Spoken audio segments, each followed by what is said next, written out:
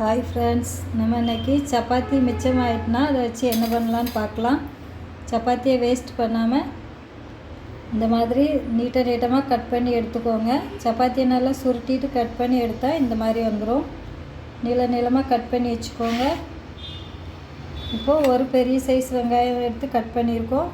ஒரு டொமேட்டோ எடுத்து கட் பண்ணி வச்சுருக்கோம். இது ரெண்டையும் இப்போ மிக்சியில் சேர்த்து அரைச்சி எடுத்துக்கலாம் பேஸ்ட்டாட்டு. இப்போ பேஸ்ட்டை அரைச்சி எடுத்தாச்சு.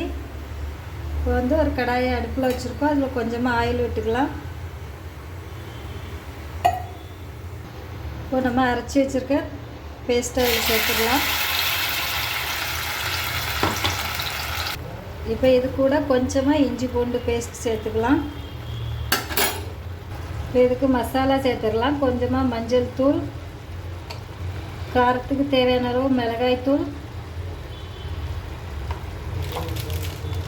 கொஞ்சமாக கரம் மசாலா சேர்த்துக்கலாம்.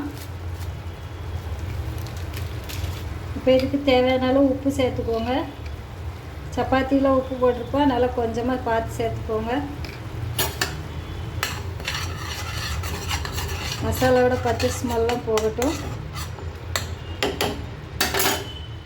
இப்போ இது கூடவே கொஞ்சமாக டொமேட்டோ சாஸும் சேர்த்துக்கோங்க.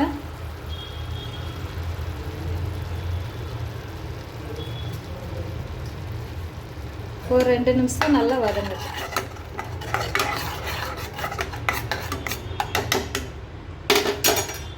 இப்போ நம்ம கட் பண்ணி வச்சுருக்க சப்பாத்தியை சேர்த்துடலாம்.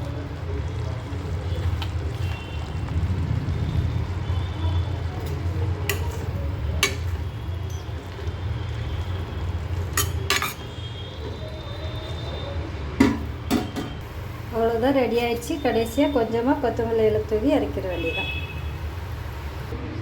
அவ்வளோதான், ரெடி ஆகிடுச்சு. நீங்களும் இது போல் ட்ரை பண்ணி பாருங்கள். இந்த வீடியோ பிடிச்சிருந்தால் லைக் பண்ணுங்கள், ஷேர் பண்ணுங்கள், கமெண்ட் பண்ணுங்கள், சப்ஸ்கிரைப் பண்ணுங்கள்.